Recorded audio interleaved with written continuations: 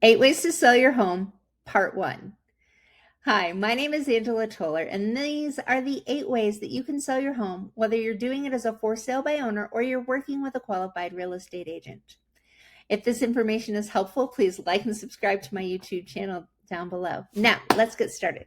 So, one of the first ways you can sell your house, obviously, is for sale by owner. And this means that you're doing all of the work yourself. And for some people, this is a great option, especially if you're somebody who has experience buying and selling properties in the past, you've previously held a real estate license, or you just like doing the research and you enjoy learning new things, then this may be the option for you. Now, being for sale by owner has its pros and cons, and one of the big pros is that you're in control of the entire process, all of it. Unfortunately, that's also one of the biggest cons, is that you're in control of the entire process, all of it. So, depending on your personality, this might be the right fit for you. But if it's not, here are a few other methods. Number 2 is an auction. And auctions are something that we typically think of multi-million-dollar houses being sold by auction by the big auction houses, or repossessed homes that banks have being sold via auction.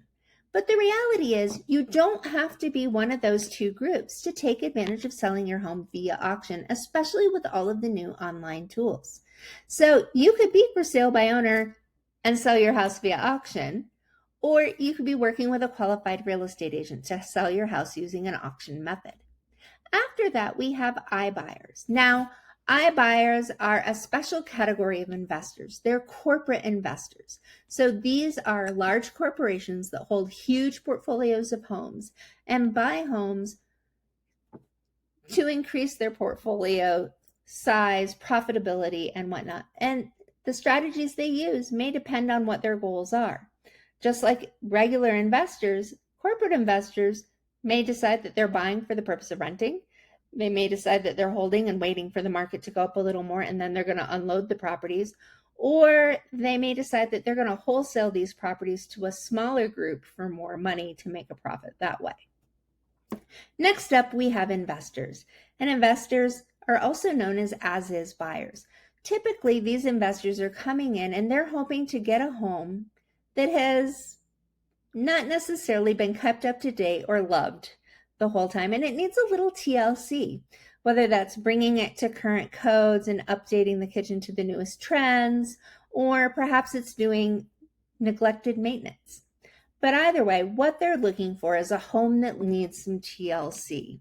And that's where they're hoping to make the biggest difference in their profit and what they can earn on the home. So these buyers typically, yes, they're looking to buy a little bit below market value, but what they're really looking at is what is the after repair value on the home once they bring it current. And then from there, they offer a percentage of their estimated after repair value. They offer a percentage of that as the sale price that they're willing to buy the home for. And that may be right in alignment with what you've found or your real estate agent has found that your home is worth and should be put on the market for. And if that's the case, it might be the best option for you, because typically it's going to be the least amount of work and the fastest close time, because investors typically buy homes cash with a 2-week close. Yes, sometimes it's longer than that, but typically that's how they're going to work the process.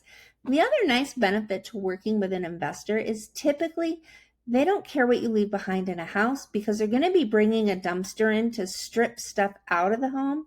So usually you can negotiate leaving behind items in the home that you don't want. And this may be what you need, especially if you've inherited a home or you're helping an elderly family member downsize. After that, we have the Buy Before You Sell programs. One of those programs is known as NOC, and I'm a NOC certified agent. And what we do in these NOC programs is we take your current home. If your home is in a city where NOC does business, and Denver is one of those cities, we get it qualified as a qualified property with NOC. And so long as they say, yep, this home qualifies, then what NOC will do is NOC will give you a loan to buy your new home with, and they may give you some additional money to fix up your current home before you put it on the market. And so this package loan product that they're providing for you, what will happen is when you finally sell your house and go to closing, you're going to pay off the portion of that loan that was related to your old home, and you're going to turn around and you're going to pay them any additional fees that were related to the loans that you had. After that, we get into programs that are called Fix Before You List programs.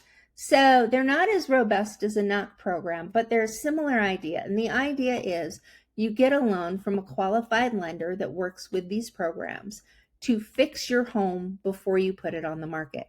Now, this is a particularly good idea if you happen to have a dated house in an up-and-coming neighborhood where people have been updating the homes already and yours just hasn't been updated. And the reason I say that is you may be in a situation where you're in a neighborhood where if the home has been fixed up and repaired, it's suddenly worth nearly $1 million. If the home hasn't seen any repairs since the early 60s when it was built, your home is only worth $600,000. So suddenly there's this huge gap between what you're worth now, between what you're worth now and what you would be worth if you updated your home. And that's typically the types of homes that these programs target. After that, we're looking at flat fee brokerages. And a flat fee brokerage is a licensed real estate brokerage with licensed real estate agents working for it, but they work for, exactly as the name says, a flat fee or a reduced commission fee. Now, as part of having that flat fee or that reduced commission, one of the things that happens is they have a reduced list of services that they provide. And this, if you're looking for kind of a bare bones real estate agent to represent you, may be the right choice for you. But if you want a real estate agent that's going to take care of everything, they may not be the right choice for you. And again, when you're going through your contract, make sure to read it really well, because sometimes with some of these companies, we do see hidden fees. After that, you have your traditional listing or marketing agent. And that's your traditional full service agent where you get to negotiate the commission that you're going to pay, the services that they're going to provide, and the timeline within which they are going to do it. And depending on your agent should have knowledge of some of the ways to sell your house that we've talked about and be able to offer them to you. They should be able to offer to find investors, iBuyers, help you with an auction if that's what makes the most sense for you, or to help you locate a buy before you sell program or a fix before you sell program. Anyways, I hope you found this information useful and helpful. And if you have, like and subscribe to my YouTube channel below, and have a fantastic day.